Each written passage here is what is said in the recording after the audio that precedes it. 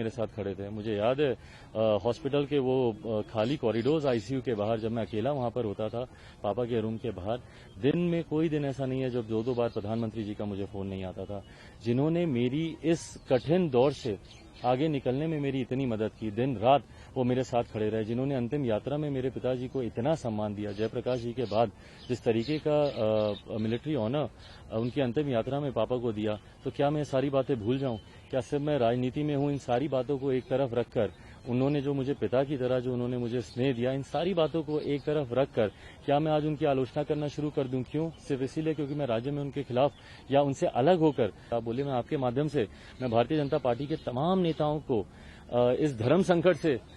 मैं मुक्त करता हूं कि मेरी चिंता बिल्कुल नहीं करें, माननीय मुख्यमंत्री जी को संतुष्ट करें और वो जितना चाहते हैं मेरे खिलाफ आप लोग बोलें। तमाम नेताओं से मैं आग्रह करूंगा खुलकर मेरे खिलाफ बोलें। अगर प्रधानमंत्री जी भी बिहार में जब रैली करते हैं वो भी अगर मुख्यमंत्री जी को संतुष्ट करने के लिए मेरे खिलाफ अगर कुछ शब्दों का इस्तेमाल करना चाहें जरूर करें। बस भाजपा के नेताओं से एक आग्रह जरूर करूंगा, अभी कुछ ही दिन हुए हैं मेरे पिताजी के निधन को,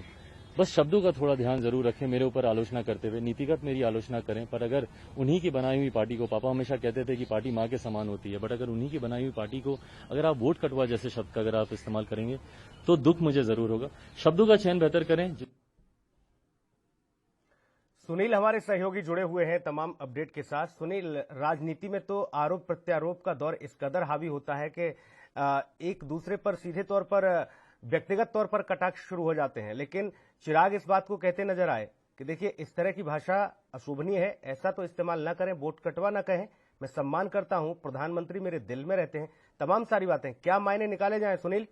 देखिए सुनील, सीधी सी बात है कि बिहार विधानसभा को लेकर जिस तरीके से एनडीए से लोजपा के अलग होने की जंग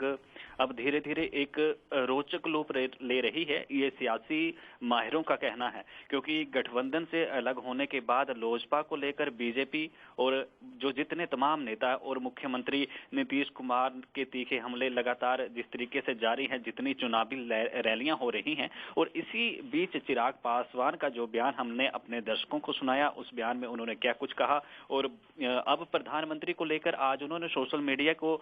ऊपर जो ट्वीट किए थे और प्रधानमंत्री नरेंद्र मोदी गठबंधन का धर्म निभाएं, ये बात भी कही थी। और चिराग पासवान ने यह भी लिखा था कि मेरी वजह से वह किसी धर्म संकट में न पड़े, नीतीश कुमार को खुश करने के लिए मेरे खिलाफ कुछ भी कहना हो वे बेझिझक होकर कह सकते हैं। क्योंकि देखिए जिस तरीके से अभी एक दर्द से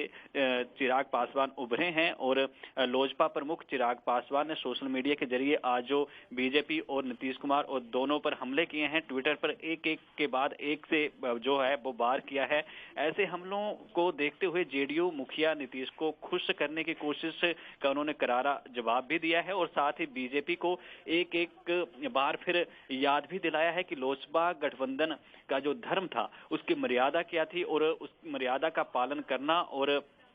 बेवजह से जिस तरीके से प्रधानमंत्री को बात करने के लिए उकसाना, जो बयानबाजी विपक्षी दलों की तरफ से आ रही है और अपनी वजह से पीएम मोदी के ऊपर कोई आंच नहीं आने देना, ये बातें आज उन्होंने अपने ट्वीट में भी लिखी हैं। नीतीश ने जिस तरीके से निशाना बनाया है वो भी मैं आपको बता दूं कि इससे पहले जो लोजपा प्रमुख ने नीतीश कुमार को और बीजेपी के ऊपर हमला बोला था और नीतीश कुमार जहां अपने चुनावी भाषणों में चिराग पासवान को निशाने पर रख रहे हैं, वहीं बीजेपी के नेता भी लोजपा और उसके राष्ट्रीय अध्यक्ष को हमेशा ताकीद दे रहे हैं कि बिहार में अब वह एनडीए का कोई हिस्सा नहीं है। इसलिए प्रधानमंत्री नरेंद्र मोदी और बीजेपी के साथ अपने रिश्तों को भुनाने की कोशिश ना करें। बीजेपी